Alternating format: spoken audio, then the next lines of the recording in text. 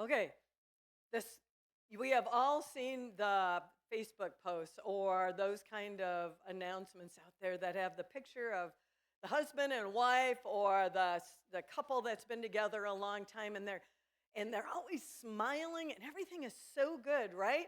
You don't put up those pictures that aren't. You don't put up the picture that says we just had a fight yesterday and look like I was going to kill him yesterday, but I kind of like him today. And we don't put those up there. We don't share all the things. We aren't totally truthful in those posts. I mean, the post is we can be madly in love with each other. I mean, I put it up on our anniversary, put up a picture of me and Gary and said, "Oh, you know, the best person, one I like to do my traveling adventures with or whatever." And that's true. But it isn't something, I mean, I don't put up every time we have a disagreement or if we argue about what stuff needs to be kept and which needs to be thrown away. I mean, I don't put those pictures on there.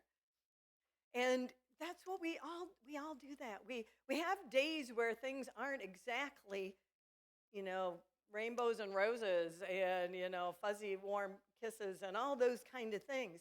Sometimes just we're just I put the wrong sermon up here. We're going to be in big trouble. Thought, whoa, we did that one. So we need to be honest. And we need to continue to grow. If you look at just what you see online, a lot of times you'll look at those couples and say, what's wrong with us? Why don't we have days like that? Why does it look like, why do we always feel like we're on odds? Real love is not always perfect. It's not always fireworks. It's not always flowers. Real love is often choosing to be kind instead of choosing to be right, even if you are right. It's choosing to be kind. It's real love is apologizing when you get it wrong. Real love is forgiving when someone has wronged you. Real love is committed to stay together no matter what's going on. We're going to look at a real love story today. It's between a woman named Hannah and her husband Elkanah from the Old Testament. It's in 1 Samuel chapter 1. It's a very real story about real people with real problems, and they weren't perfect. And they're people like all of us, and they stayed faithful to God and they stayed faithful to each other. And that's what we want to look at because we don't always see that in our culture.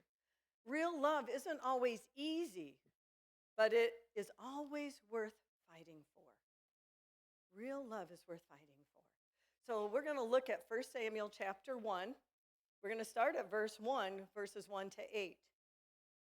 And I am going to be using the same as a Pew Bible, so if you're interested in following along in there, it's on page 213. So 1 Samuel 1, 1 through 8. There was a certain man from Mamathaim, a Zuphite from the hill country of Ephraim, whose name was Elkanah, son of Jeroham, the son of Elihu, the son of Tohu, the son of Zuph, an Ephraimite. He had two wives. One was Hannah and the other Peninnah. Peninnah had children, but Hannah had none. Year after year, this man went up from his town to worship and sacrifice to the Lord Almighty at Shiloh, where Hophni and Phinehas, the two sons of Eli, were priests for the Lord. Whenever the day came for Elkanah to sacrifice, he would give portions of the meat to his wife Peninnah and to all her sons and daughters. But to Hannah he gave a double portion because he loved her, and the Lord had closed her womb. Because the Lord had closed Hannah's womb, her rival kept provoking her in order to irritate her. This went on year after year. Whenever Hannah went up to the house of the Lord, her rival provoked her till she wept and would not eat.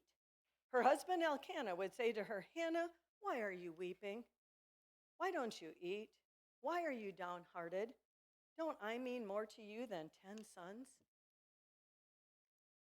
So we're going to look at 4 principles from this message. We're going to look at 4 principles that we can find in this story today. And the first principle is families that love God still experience pain, problems, and pressure. Even those that are seeking God and serving God and trying to do everything correctly will have pain. They will have pressure. They will have problems. Elkanah was very devoted to God. It said every year, year after year, they went to the tabernacle to worship. and he brought the offerings along, and he brought his wives along, and he brought their children along. They all went as a family to worship. It was a priority. And he loved his first wife, Hannah, very deeply. And so he gave her a double portion of the offering, which she really wasn't supposed to do because she didn't have any children. So Hannah doesn't have children, and he has Peninnah as well, who does have children. So you see these two women, which we're not too familiar with having more than one wife. And we all know that, at least in our culture, having more than one wife is, one, illegal, and secondly, that it does cause problems. And we see that in this passage.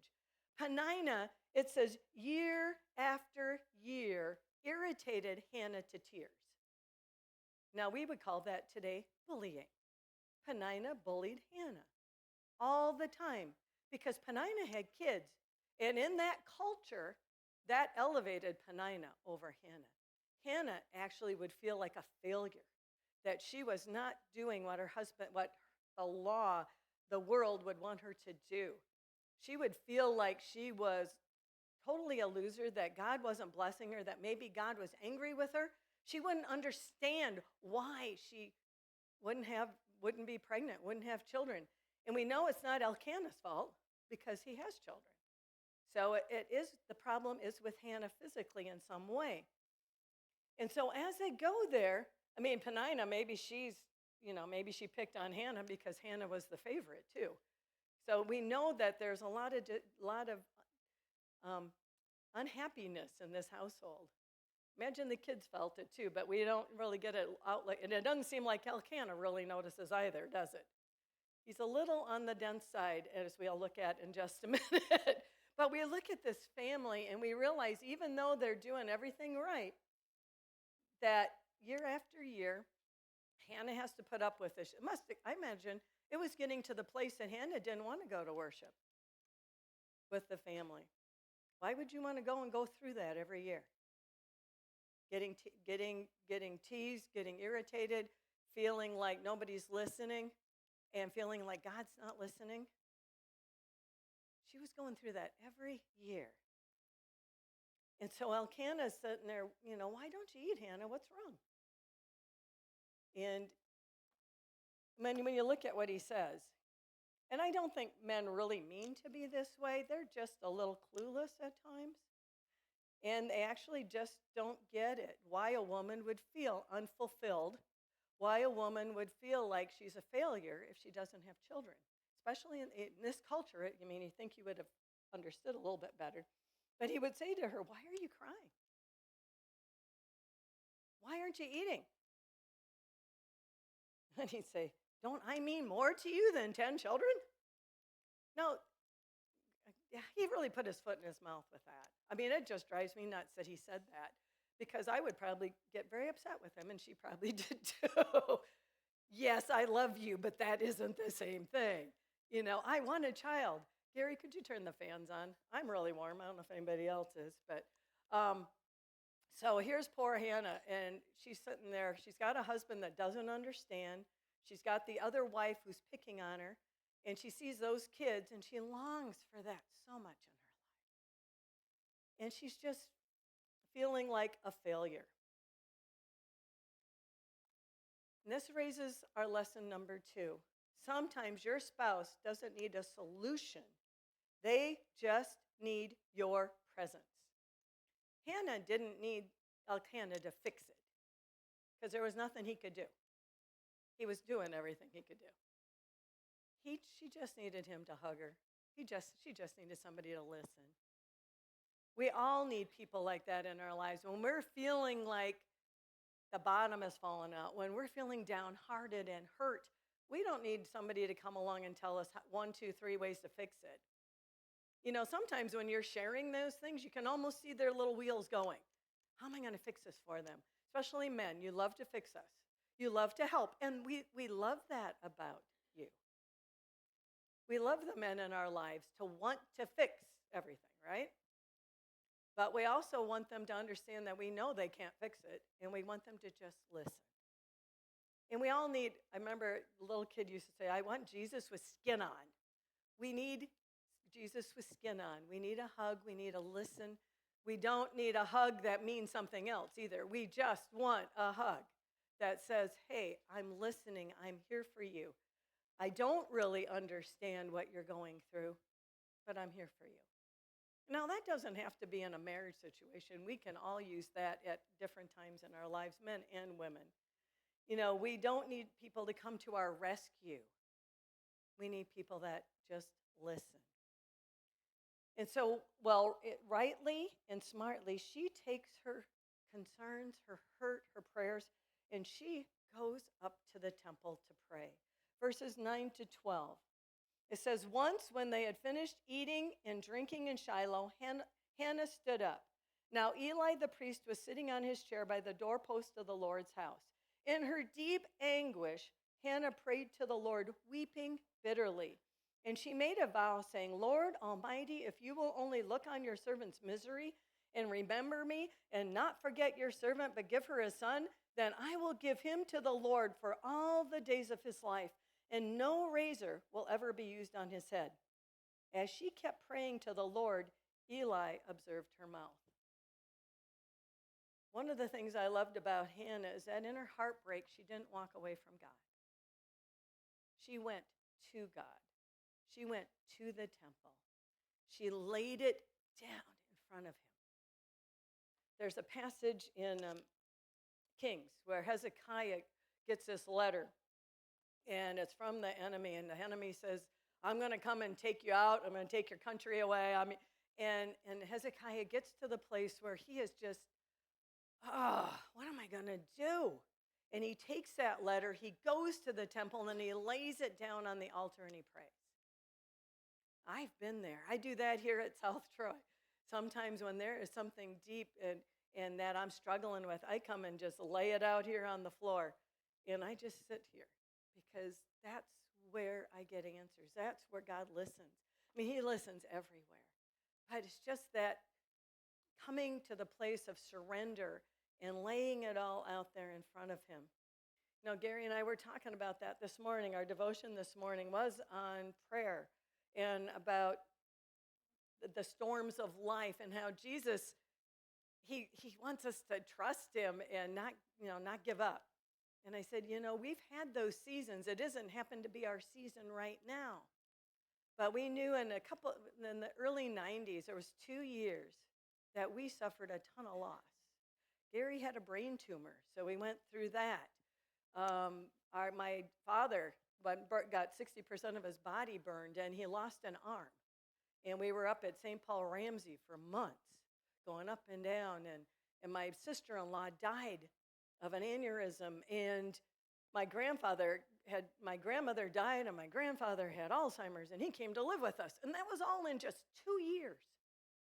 And one day the pastor took me aside at Oak Hills and said, your family is really getting hit hard right now. And it was.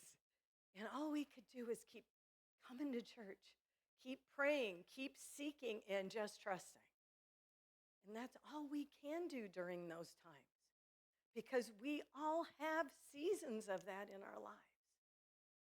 We don't understand why they happen. We don't understand the purpose behind them all. That's only for God to know. What he wants to know is, do you trust me? I am with you. And we just kept bringing them to God because that's all, and it sounds terrible. That's all we could do, but that was the best thing we could do. We didn't quit going to church. We didn't quit praying. We kept showing up because we knew that's where we needed to be. Sometimes the most powerful prayers are not the most polished or perfect, but just the most honest. God, I'm hurting. God, I need you. And you just lay it out. He's good with honesty. And you have to remember, he already knows. So you're not filling him in, but you're just sharing that you know. And you know that he hears you. So why, if you go, and one of the things I tell people when they're going through these tough times is read the Psalms. There's almost a psalm for everything. And the Psalms are full of David laying it out there. God, why are the enemies winning? Why are people chasing me? Why I cried all night long. And he pours it all out. But that just the amazing thing to me is at the end of each psalm, almost in every psalm, he says, but praise the Lord. He comes back to God in worship every single time. And that's where God is asking us to do is bring it to me. Don't give up. And the third principle we see is godly couples don't avoid the pain, they invite God in. They want God to know how they're feeling. Godly couples don't avoid hardship or challenges. We live in a broken world. The very best relationships and marriages are not pain-free, but they are prayer-filled. Praying together, we talked about that last week, how intimate that is to bring a couple together, to pray together, to go through life together, to come to church together as a family in worship. And what I'm going to say right now is going to make some of you a little bit uncomfortable, so I want to make sure I say it clearly. The most intimate thing you can do in your marriage isn't physical. It's spiritual. The most intimate thing you can do in your relationship, in your marriage, isn't physical. The most intimate thing you can do in your marriage is to pray together. And sadly, it isn't a common practice in a lot of Christian marriages. You know, we're busy. I mean, half the time we don't even eat breakfast together or eat meals together. We're running and doing, and especially if we got kids, we're running them all over, and we both work, and there's just, life is full, and it is. But we need to take that time to pray together.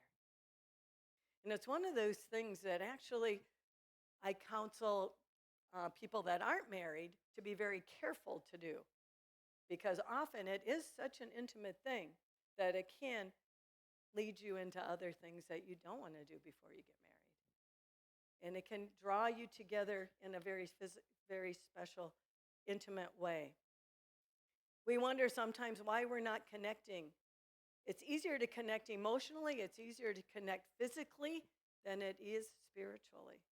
If you want more emotional intimacy in your marriage, in your relationship, develop that spiritual maturity and pray together as a couple. Because that's where you'll grow, that's where you will find the deepest intimacy in your marriage. Because it's pretty hard to pray with somebody that you're mad at.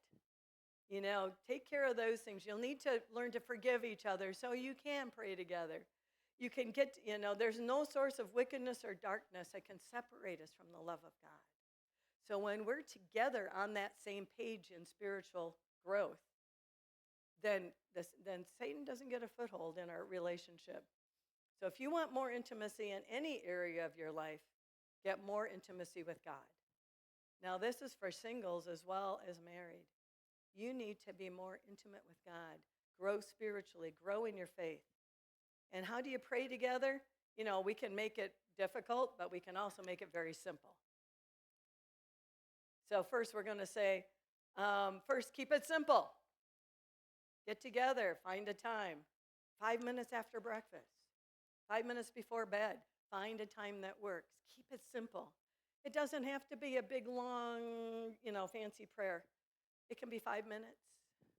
Because I want you to keep it short as well. Keep it simple. Keep it short. If you're praying about the kids, list them all. If you have a lot of them, it's going to take longer. But if you have just, pray for your kids together. Pray for each other together. Just say, God, guide us today. Give us wisdom. That's a good start. And do it together.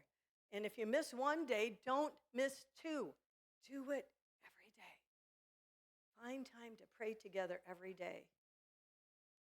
And if you like to do long, elaborate prayers, one of the kids in my youth group used to call them Randy Peterson prayers because that was one of his pastors that would go a long time.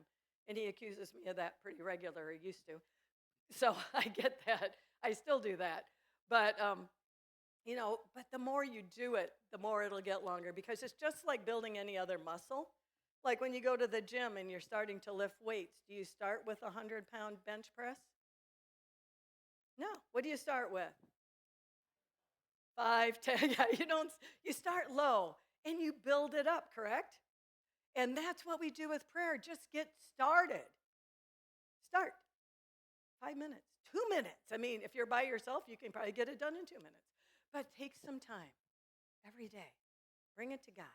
And the more you do it, the bigger it'll get, the longer they'll get, because that time will feel like, oh, that wasn't so bad. That went pretty good. And the next day it'll get better and better and better, and it will become such a it'll come such a habit, spiritual habit in your life that you will notice when you miss a day. You will feel that longing to pray together and just say, and you'll start noticing maybe some discontent or dissonance in your relationship because you haven't come together and prayed. So you need to do that. So just start learning to pray together. Create a rhythm, and you're seeking God together. And you'll find out that, when you're praying together, you don't fight as much, you don't disagree as much, and you can forgive each other a lot quicker. And you'll find out that those of you that are married, that your sex life is going to get a lot better as well. That's a huge perk. And it works. One simple thing, it can be a game changer. It doesn't have to be fancy, doesn't have to be long. It just has to be sincere and consistent, a part of who you are. And so as we see Hannah, she's praying her brains out. I mean, she's sitting there, and she is praying, Lord Almighty, look at me. Look at your servant. Give me a son. She's praying to God, and Eli's watching her. And Eli looks at her, and Eli's a man, obviously. And he looks at her, and he thinks, well, she's drunk because she's moving her mouth and nothing's coming out. He's watching her pour out her heart, and he accuses her of drinking. And like I said, men don't always say the right things. And he goes, how long are you going to stay drunk? Put away your wine. And she goes, not so, my Lord. I am a woman who is deeply troubled. I have not been drinking wine or beer. I was pouring out my soul to the Lord. Do not take your servant for a wicked woman. I have been praying here out of my great anguish and grief. And Eli did better this time. Go in peace, and may the God of Israel grant you what you have asked of him. And if you look at Hannah, that is pretty cool, because when she gets that answer, she gets up and she goes home and she eats. She feels like she's been heard, that God has answered her prayer because the priest told her it was going to be answered. And she's okay. She believed it and accepted it, and she acted on it. And that is huge, because there's no evidence yet. It wasn't like, thou shalt have a child on this day. It wasn't anything like that. She just knew because God said it, and she believed it, and that was enough for her. And when we pray, when we know we've been heard, we need to leave it there at the cross and know that God will answer. And prayer may or may not change your circumstances, but prayer always changes you. Because it will change your heart. It will help you to trust God more. It will help you to see life through God's eyes, his lenses. And God is always a good God, and he always answers prayer. Maybe not the way we want it answered. Maybe not right away. I mean, remember Abraham and Sarah, it was 13 years before their child came. God doesn't always, his days are a lot different than our days. His hours are a lot different than our hours. We just have to trust. We have to trust his goodwill and his love for us, and he will always give us what we need. Now, to somebody out there who's been praying for your marriage or your children or for a financial problem, keep praying. Don't give up. God hears you. He knows what's best for you. Just continue to follow Jesus. Put him first. Conform to him. And he will make your path straight. He's the one that's going to take care of it. And you will see answers. Maybe not tomorrow, but after a period of time, you will see the answer. And he will change us on the inside, because when we leave it at God's throne, we can take a deep breath and say, God's got this. I don't need to worry about it. I'm just going to take the next step. You know, Gary likes to tell when he was in surgery having the night before his brain tumor was going to get operated on, he said one of the sisters came in and asked him if, there was anything he needed and if she could, if he was feeling okay about the thing in the morning and if, if he wanted to pray for him and whatever. And he said, and it always helped me too, because both of us were at peace with it. Neither of us were anxious about it. And that's what he told her. He goes, well, I figure it'll go good. I mean, God's given me that peace. And he said, if it doesn't, I'll be in heaven, and that's even more perfect. And she said, that was a great way to look at it. And I thought, there was only two options, and so either they'd fix it or they weren't. And he was okay with either outcome because he knew who was in control. And that's where we all have to be. We have to remember that we need to be okay with the outcome because God's in control. He knows what's best. So as we look at what happened in that family, that it's pretty cool. Early the next morning, verse 19, they arose. So Elkanah, Peninnah, Hannah, and all the kids arose and worshiped before the Lord. They all got up the next day and went back to church. They had the problems from the day before. They were struggling. But here the next day, everybody got back and worshiped. The entire family did it.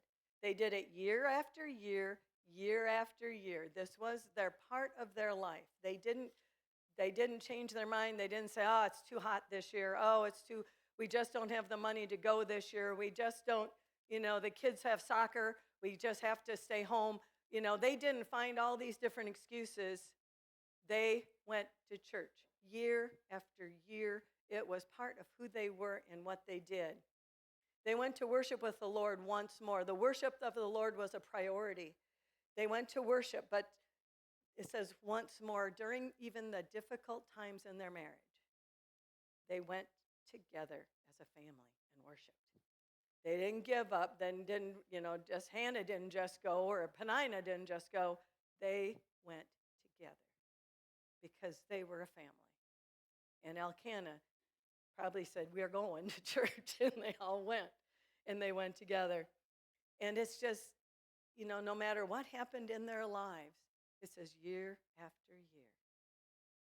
They didn't throw it away they cried together, they cried out to him together. And like I said, that's what our family has done during all the different challenges. I mean, the 90s were bad, but we had teenagers. There's always bad years in there. And you have to just continually come to the Lord. And we always just continually came back to church, cried out to the Lord. There's a story about the hymn. Well, not about the hymn, about the hymn writer Horatio Spafford. He wrote the hymn, It Is Well. I don't know how many of you are familiar with it, but it's an amazing testimony of faith. Horatio Spafford and his wife lived in Chicago. They were amazing believers. They were very active in their church. He was a lawyer. They were wealthy. He owned a lot of property in Chicago. They had 5 children, and they were friends with Dwight L. Moody, and so they helped that church to grow and to minister, and they were just very, very active in Chicago, and it was in the 1870s. And at the beginning, they had 5 children, 1 boy and 4 girls. Well, one of the first things that happened during this time period was their 4-year-old son contacted scarlet fever and died quickly. So they lost their son.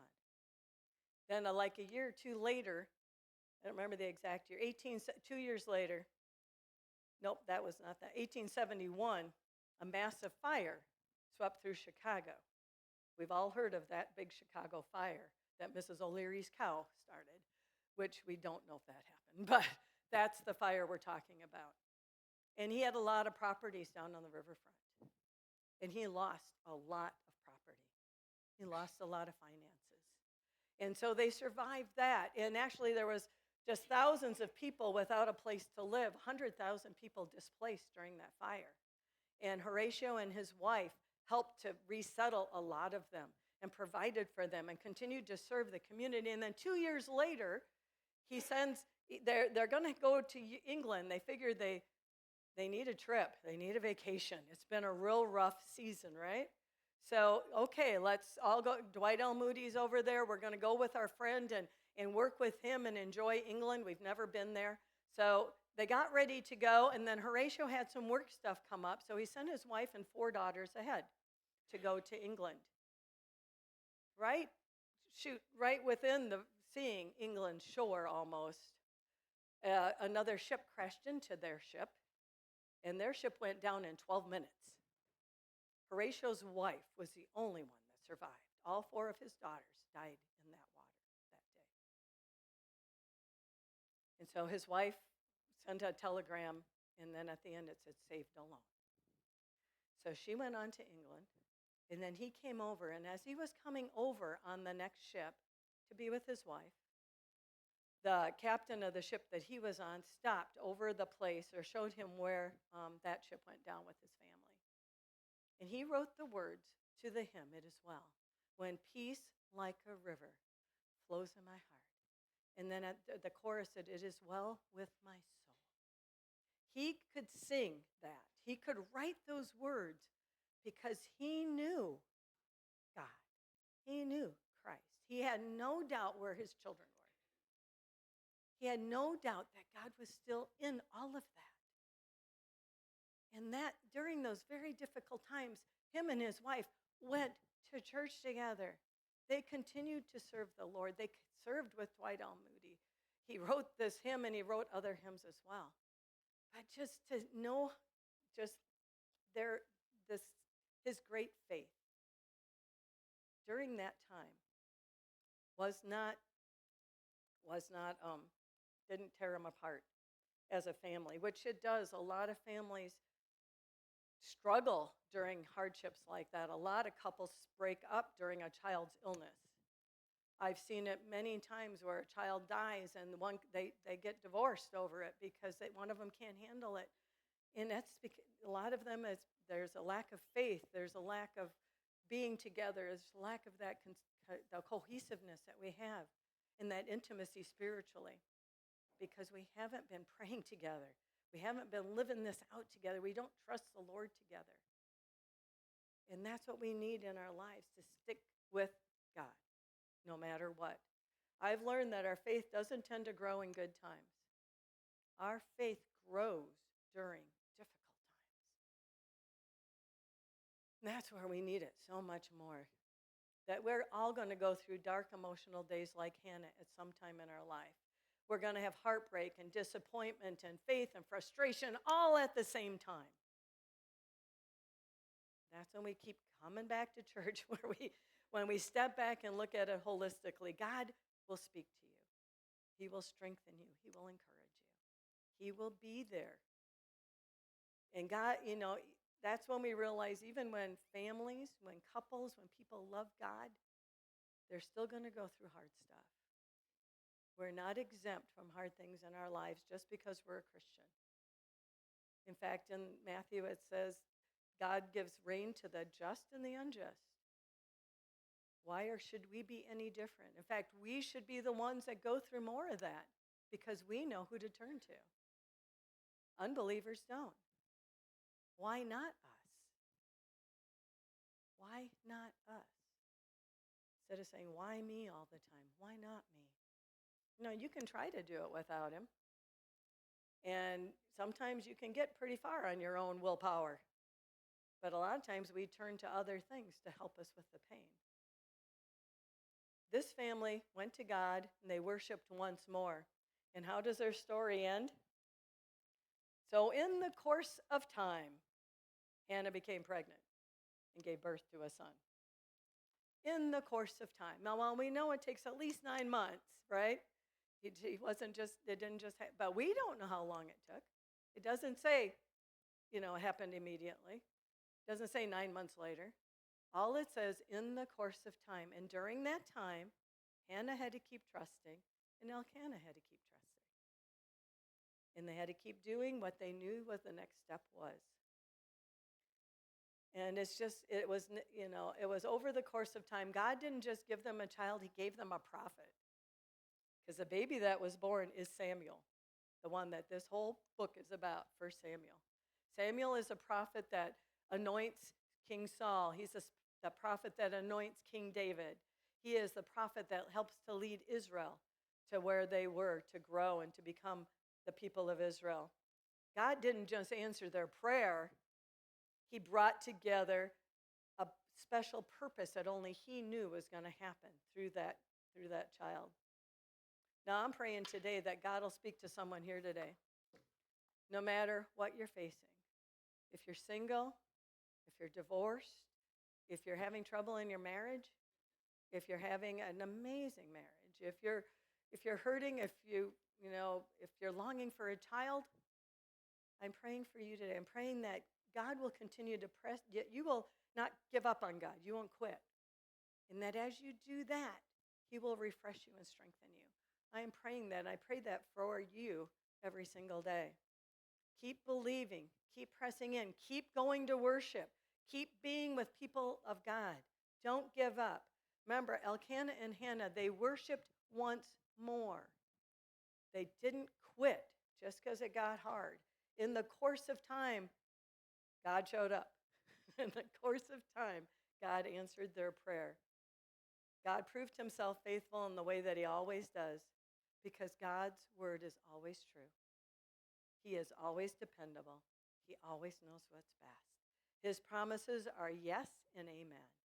When you have a promise from God, you know it's going to happen. And so continue to leave that there. He is always good and working in all things to bring together for good to those that love God and are called according to His purpose. He loves you. He has a plan for you. He has a plan for your relationships. He has a plan for your marriage. He has a plan for your finances. He has a plan for tomorrow. Walk in it. Take that next step. That's how God tends to work. He rarely fixes anything overnight. When two people choose to stay and choose to pray and choose to seek God, God moves and does what only God can do. Let Him do His stuff. And He doesn't always do it immediately, but He always changes our hearts. When God changes the heart, anything is possible for the good. Let's pray together.